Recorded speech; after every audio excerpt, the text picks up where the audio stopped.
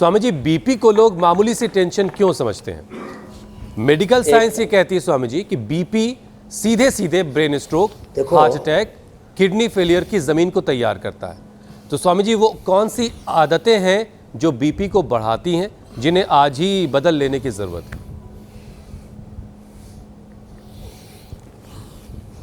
एकदम ठीक कहा। हम छोटी छोटी बातों को इग्नोर करते हैं, एक दूसरे से पहले बात करना बंद कर देंगे और आपस में कोऑर्डिनेशन, कम्युनिकेशन गैप आया तो फिर बाद में एक दूसरे से मनमुटाव हुआ, फिर मनमुटाव लड़ाई झगड़े में, लड़ाई झगड़ा फिर खून खराबे में और फिर एक दूसरे की जान के हम प्यासे बन जाते हैं। जैसे छोटे छोटे मनमुटाव आपसी कलह के और फिर विद्रोह के, खून खराबे के कारण बन जाते हैं, ऐसे ही शरीर में छोटे छोटे बदलाव जिनको हम महसूस नहीं कर पाते और महसूस करते भी हैं तो अनुभव करके भी जिनकी अनदेखी करते, इग्नोरेंस सबसे बड़ी समस्या। हमारे सभी शास्त्रों का सार और सब बड़े बुजुर्गों की सुनी हुई बातें उसको निचोड़ के रूप में दो शब्दों में कहें, ईगो और इग्नोरेंस। आदमी इतना ज़्यादा एटीट्यूड में रहता है, इतना ज़्यादा गफलत में रहता है, इतने ज़्यादा अहंकार में रहता है। अहंकार और अवहेलना, ईगो और इग्नोरेंस, इसके कारण से ना हम अरे थोड़ा सा तो बीपी बढ़ा है, थोड़ा सा ही तो वेट बढ़ा है, थोड़ी सी तो शुगर बढ़ी है, थोड़ी तो गैस एसिडिटी बनी है, थोड़ा सा ही तो स्ट्रेस है, थोड़ी सी तो दिक्कत आई अभी नींद नाद में, थोड़ी तो अभी खाने के बाद डकार से आने लगी हैं, खट्टी डकार आने लगी हैं।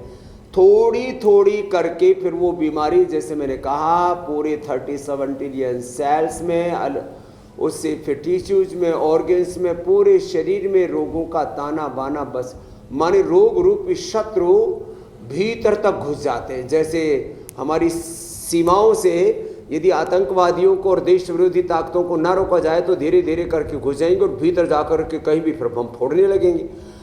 तो बाहर से जब शत्रु घुसे थे तो भाई उनको वही रोक लेते तो भीतर विस्फोट ना होता ना। अलग अलग जगहों पर, अलग अलग तीर्थों में, कहीं संसद से लेकर के, कहीं अक्षरधाम से लेकर के, और अलग अलग जगहों पर दिल्ली में, कहीं मुंबई में ये विस्फोट क्यों हुए? क्योंकि हमने अपने जो है सुरक्षा चक्र के साथ कंप्रोमाइज किया, हमने अनदेखी की। अरे दो चार घुस गए तो क्या दिक्कत है?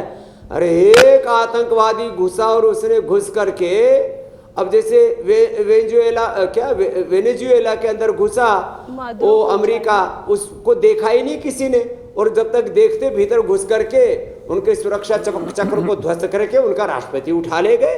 तो ये वो सारी दुनिया में चर्चा हो रही है, अरे ये क्या हुआ, ये मादुरो कहाँ गया?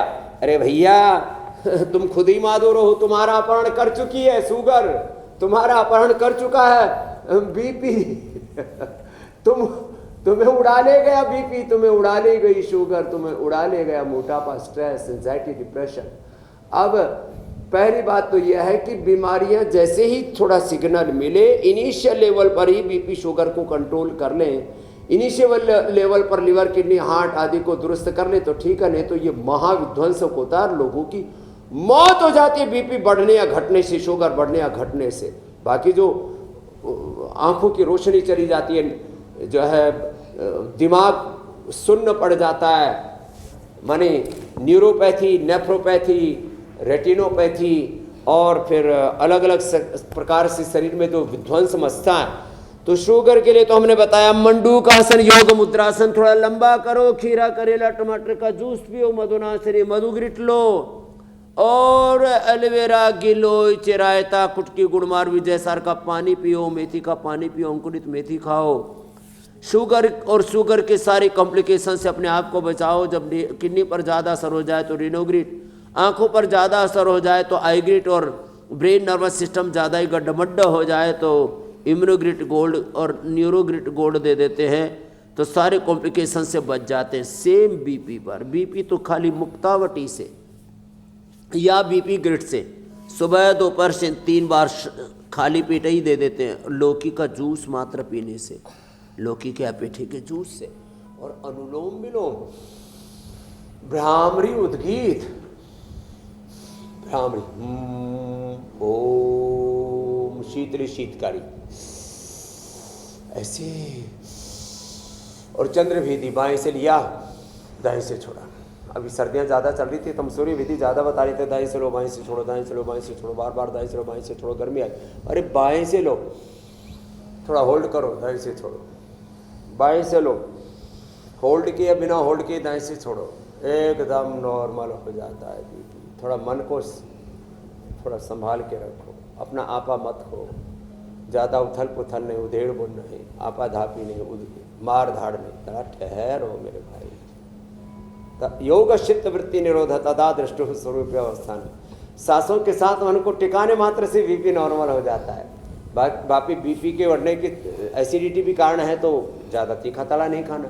बीपी, नींद पूरी ना आने से भी बीपी बढ़ता है। जो बहुत ज़्यादा उथल पुथल जीवन में मचाए रखते हैं, तो अव्यवस्थित जीवन जीने से ये सारे बीमारियां, इसलिए बीपी को, शुगर को और ये तमाम जो आप बीमारियां बता रहे हैं, इन सबको लाइफस्टाइल डिजीज़ कहते हैं। इसलिए लाइफस्टाइल को तो अच्छा करना ही पड़ेगा मेरे भाई हुसैन जी, मेरी बहन मीनाक्षी जी।